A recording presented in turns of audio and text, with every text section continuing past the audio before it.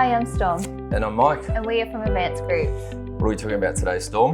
We are talking about this asbestos product removal kit bag. Yep. So it's full of things that I guess any tradesman might require for their own job. Yep. Before opening it, what's the size of this bag and how much can it hold? The bag is, I guess you could probably almost see, but we've got a little cheat sheet here. 65 centimetres by 32 centimetres by 27 centimetres, and it holds 56 litres total capacity. It's got two side pockets, a main storage area compartment, a net, stretchy net part on one side. Yep. Is this the only kit bag that we offer?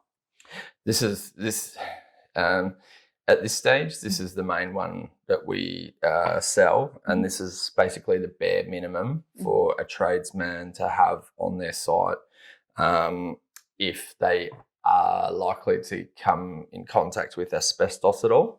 Now, different organisations have different regulations, and this particular kit is one of the main ones when basically Telstra had got the contract for NBN, and then they subcontracted out a lot of the works, and as part of the items inside of the van for safety, the NBN contractors had to carry this kit, and so this kit was predominantly sold by us for NBN contractors. However, if you are likely to come in contact with asbestos, then as a bare minimum, I would recommend grabbing a kit like this.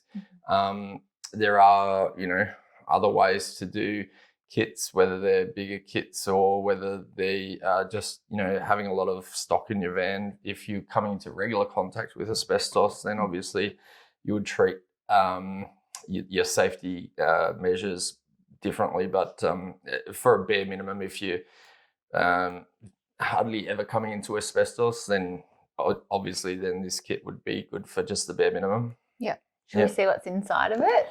Yeah. Before we go on, we'll just describe. We've got a shoulder strap and some carry handles with the Velcros. Yep, and then a zip. Two zips. Yeah. Okay. So I'll just turn the bag around for a second. So that we can access it. So we'll start with the first thing you grab, maybe. Yep. So we've got some wipes here. Yep. They have alcohol of 70%. Yep. It comes with 75 wipes. Yep. Highly flammable. Yep. So. Yep. What do these come with? What is this used for? So perhaps we should give a little bit of background first about asbestos. Now, asbestos used to be used very widely, probably up until the mid-70s-ish. There was a couple of big companies that were manufacturing it more than others, but some people might know there was some big litigation type things and compensation payouts when the company got found to have known that they were manufacturing an unsafe product, yet proceeded to continue with making it anyway. So there's two different names for getting asbestosis. One is asbestosis, one is mesothelioma. Asbestos is kind of like a fibrous sheet concrete type product. And before AC sheet was used so widely, it was more so asbestos. Asbestos was a product which didn't degrade in nature in the elements as much as other products. So it was chosen for its cost effectiveness and its durability, its longevity. So, it was, able to be in a component in a building for 100+ years without degrading. So as a building construction material choice, it was logical if it didn't have any adverse health effects. But because asbestosis is a horrible killer, then it's been banned for many years. However, if you're working with old buildings, or even digging in the ground. Sometimes there'll be water pipes. I think probably 50% of Melbourne's water pipes are still asbestos. It's fine to ingest, and it won't give you asbestosis. It's only when it goes in your lung. One particle is enough to give you asbestosis or mesothelioma, and it's a disease that attacks the lung, and similar to emphysema, you would have a pretty long and not nice death. It takes about 20 years from ingesting that or inhaling that particle before you would get asbestosis. So you may have ingested some, 2 decades ago, and you still might not even know about it until it comes. So I guess there was for the manufacturers, there was a certain amount of accountability that was arguable with manufacturing the product. So it's good that it's been banned. It's definitely not commonplace in buildings and underground at this stage. However, there might still be a percentage of buildings that contain it. If you're working in an old building or working underground with pipes, then just obviously be aware that if it's being, say if you're using a grinding tool, that's going to create dust and you could inhale it, and that could be critical for you. So there's multiple different ways to treat asbestos so that you could make it safer. Most people should be trained in it. If you don't know, if you haven't had the training, if you're not competent to work with removal of asbestos, you should always call an expert. If you have minimal training and you do need one of these bags with you, if you're working in construction or with pipes under the ground, then hopefully you would already know a little bit about this sort of stuff. The best way to work with it if it's being sprayed. So if you were grinding or cutting with any sort of saw or circular saw, then it should be a lot of water should be used to make sure it's not creating dust. And you should always wear your PPE safety apparel. Now, disposal of it's important. I think there's asbestos disposal facilities that wouldn't be at the regular tip site. And if you don't know where to dispose of it, you should try and look that up, obviously. So don't just throw it in the local wheelie bin or or your local dumpster or anything like that. So so this that's a little bit of background on asbestos. Now, with the wipes, if you are wearing gloves and removing the asbestos, you don't obviously want any particles staying on your clothing or anything you've been in contact with and then taking that home with you or into your vehicle with you. So that's why we've got head to toe PPE in the bag, as well as some other components, so that if you are trying to get rid of every particle off you so that you can then get in your vehicle and go home, having some wet wipes, which is ISO Propyl, is going to be good to be able to wipe over whatever surface of your body or PPE or gloves or something, just to get those particles and then dispose of them in a bag. So that explains the wet wipes. Yep. And what else have we got? Okay, next one, spray adhesive. Spray adhesive. So what does this come in for? So we might skip ahead to different products then, so that we can discuss that. So in the bag we have, it's 4 asbestos waste bags. Now these waste bags are of a certain size, so that you can put any products that might be contaminated with asbestos into the bag. And as if it's windy and if the wet products are likely to dry out and perhaps be able to blow around in the wind, then you could potentially breathe them in, or someone else coming near the site could breathe them in. So that's why I've got a spray adhesive, so that anything that's likely to be able to get lifted by the wind and blown about could get sprayed, so that it sort of holds fast wherever it is. Yeah. In the potential case that it could get blown around. So there's 4 of these waste bags, and then there's the spray. And then how would you dispose of it all? Yep, so we'll get to that. So that's those. Now we've got some clear specs. Now most safety specs are, have multiple things features. So the polycarbonate, so it makes them more shatter resistant than most other plastics. UV, so that your eyes aren't getting damaged from the sun, and obviously so nothing gets in your eye. So there's multiple benefits to safety specs, and a lot of big organisations, when they're on sites, are obligated to wear these anyway. So you might already have them, but if you don't, they're there. We've got some asbestos barrier tape, which you can cordon off your area. So put some stakes around, or bollards or something, and put some tape around your area. Yep. We have some P2 masks, which will stop you from being able to inhale a particle, obviously. We've got some nitrile gloves. They're extra large. Standard default, you put extra large in the kit. So, some people would be swimming in extra large. However,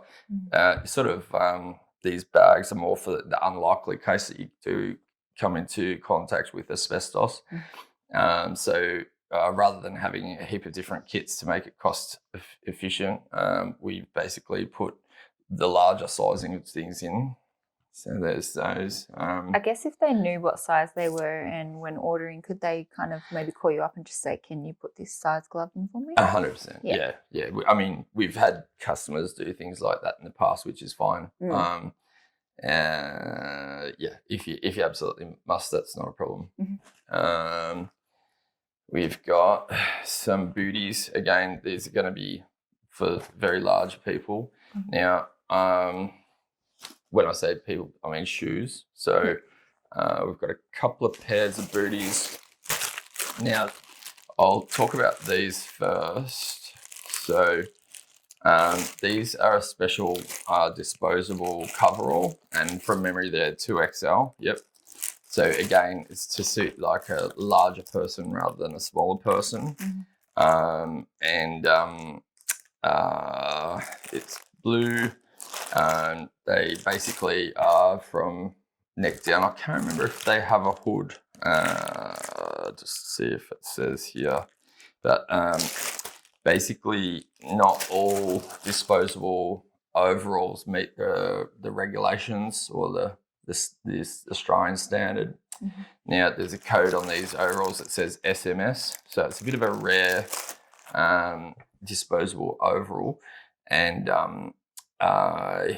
it's not necessarily able to be found at anywhere. So if you have used these before, you might not be able to find this product at too many places. So you could always contact us if you do use them and you need to replace them. Now, these you would put on first, then your booties. So the booties could sort of go around the ankles of these. So that's why I thought I'll talk about these first. Yeah. So basically what you're trying to do is cover 99% of your body.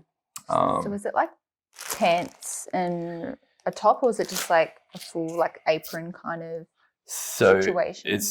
We could put a photo up of what these look like outside of the packet. But basically it's going to be an opening. I think it's in the front with a zip, and so you would step into like the pants part, but it's all in one like onesie. So you pull the arms part up and do the zip up. Yeah. I forget if it has a hood. So anyway, we can put a photo up.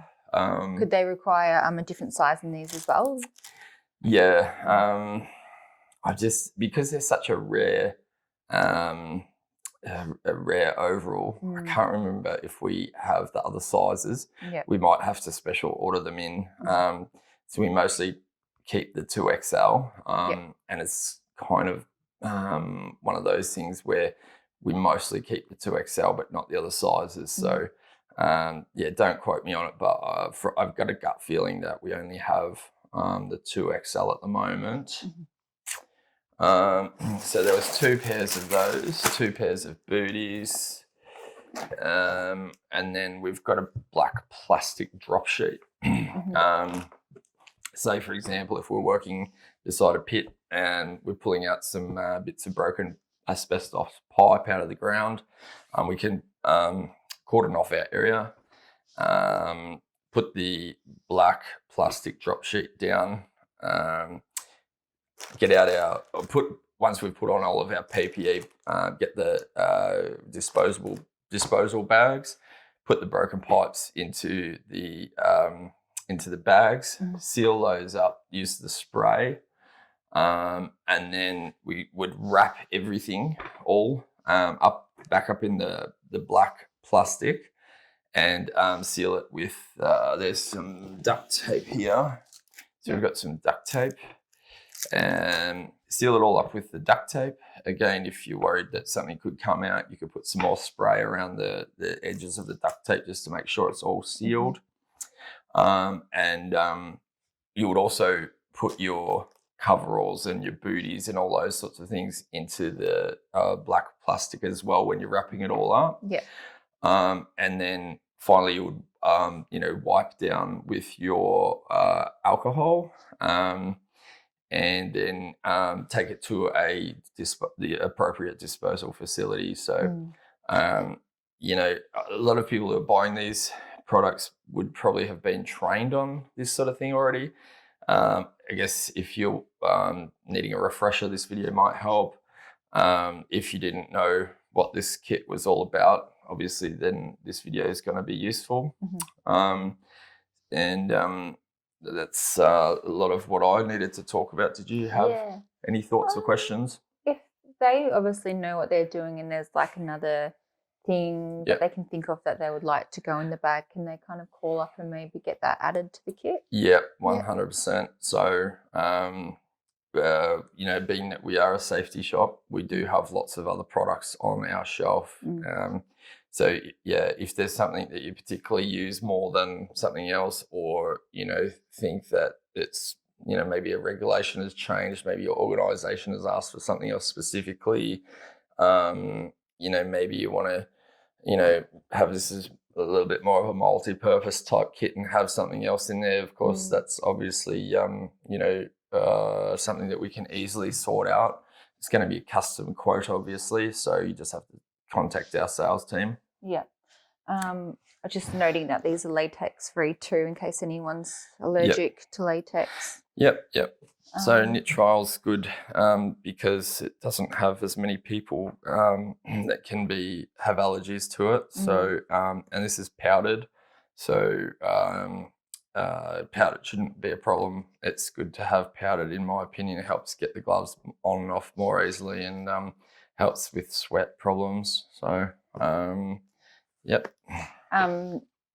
should they dispose these, or can they just wipe them down with their wipes if they want to just keep these out of everything? So as per your training, I'm pretty sure if you've ever had to come in contact with asbestos, the recommendation would be to take absolutely everything off that you're wearing and dispose of it, because it's just critical. Safer. So critical that you never breathe in one particle ever at all. I don't think I've got really any other questions. I think you've explained a lot. Is there anything else you could mention? Not that I can think of off the top of my head.